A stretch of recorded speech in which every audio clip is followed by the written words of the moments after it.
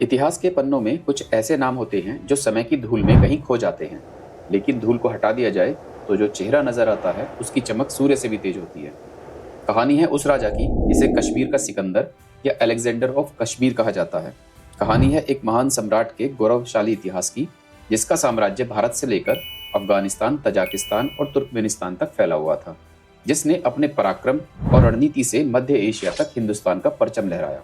हम बात कर रहे हैं कारकोट वंश के राजा ललितादित्य मुक्तापीड़ की, जिन्होंने 724 ईस्वी से लेकर 761 ईस्वी तक कश्मीर पर शासन किया, जो अपनी महान सैन्य शक्ति, सैन्य विजय अभियानों और सांस्कृतिक उपलब्धियों के लिए प्रसिद्ध है।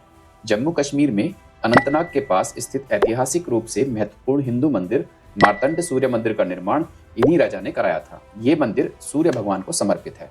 राजा ललितादित्य के बारे में सारी जानकारी का सिर्फ एक ही स्रोत है, वो है 12वीं सदी के कश्मीरी लेखक कल्हण और उनके द्वारा लिखी गई पुस्तक राजतरंगिणी।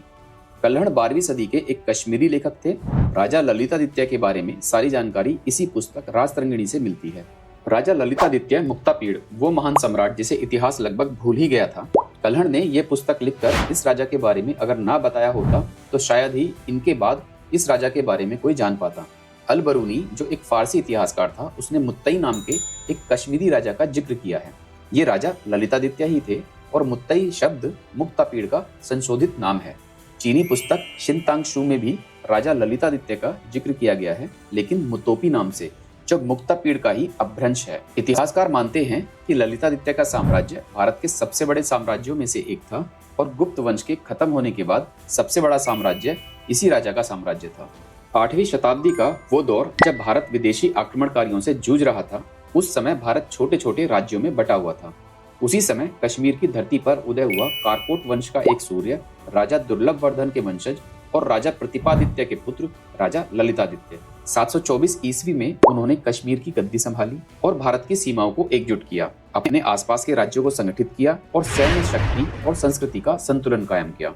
फिर आरंभ किया एक ऐतिहासिक विजय यात्रा, जिसका उद्देश्य था एक अखंड और स्वाभिमानी भारत। 724 ईस्वी में जब ललितादित्य ने कश्मीर की राजगद्दी संभाली, उस समय भारत पर शासन था कन्नौज के राजा यशोवर्मन का, जिनका साम्राज्य बिहार, बंगाल से लेकर कन्नौज होते हुए दक्षिण भारत तक फैला हुआ था। सबसे पहले ललितादित्य ने कन्नौज के शासक यशोवर्मन को पराजित किया और मध्य भारत में अपने साम्राज्य की जड़ें मजबूत की। उनके मुख्य सैन्य अभियान कुछ इस प्रकार रहे। उन्होंने तुर्कों के खिलाफ लड़ाई लड़ी और उन्हें तिब्बत की सीमाओं के बाहर खदेड़ दिया। अरब आक्रमणकारियों को पराजित कर सिंध और पंजाब को मुक्त कराया। बंगाल, कन्नौज, गुजरात और अफगानिस्तान तक उनके राज्य का विस्तार किया। ललितादित्य का वास्तुकला में योगदान उतना ही उल्लेखनीय है जितनी उनकी सैन्य उपलब्धियां। उनके युग को कश्मीरी इतिहास में स्वर्ण युग कहा जा सकता है। वे कला और वास्तुकला के संरक्षक थे और उन्होंने अपने शासनकाल में अनेक भव्य नगरों और मंदिरों का निर्माण करवाया। उनकी राजधानी परिहासपुर थी। परिहासपुर का वर्तमान नाम पारसपुर या परिहासपुरा है। यह कश्मीर घाटी में श्रीनगर से 22 किलोमीटर की दूरी पर उत्तर पश्चिम में स्थित एक छोटा सा शहर है। इसका मूल नाम परिहासपुर संस्कृत के दो शब्दों परिहास और पुर से मिलकर बना है, जिसका अर्थ है सिटी ऑफ इस्माइल, जो कि एक अर्बन प्लानिंग और आर्किटेक्चरल इनोवेशन का अद्वितीय उदाहरण है। कल्हण के अनुसार राजा ने परिहासपुर में अपना निवास स्थान और 4 मंदिर बनवाए। इनमें से एक मंदिर में राजा ने विष्णु की मूर्ति बनाने के लिए 84,000 तोले सोने का प्रयोग किया।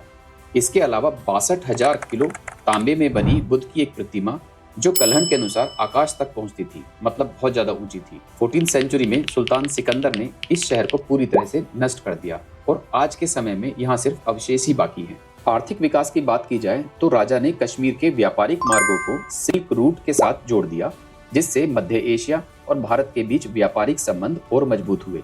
सिल्क रूट उस समय का एक मुख्य विदेशी व्यापारिक मार्ग था। अगर आप इसके बारे में और जानना चाहते हैं तो कृपया कमेंट बॉक्स में कमेंट करके मुझे बताएं। इस व्यापार से राजा ने जो भी पैसा कमाया वो कश्मीर के विकास पर लगाया, लेकिन इतिहास के इस महान राजा और योद्धा का अंत आज भी एक रहस्य बना हुआ है। कुछ इतिहासकारों का मानना है कि उनकी मृत्यु एक सैन्य अभियान के दौरान तिब्बत में हुई, जबकि कल्हण की राजतरंगिणी के अनुसार राजा ने खुद अपने आखिरी समय में सैन्य विजय अभियानों में लगे रहने का निश्चय किया था और वहीं पर उनकी मृत्यु बेमौसम और अत्यधिक बर्फबारी के कारण हुई। मुझे समझ नहीं आता ऐसे महान राजाओं के बारे में हमारे स्कूल में, किताबों में क्यों नहीं पढ़ाया जाता।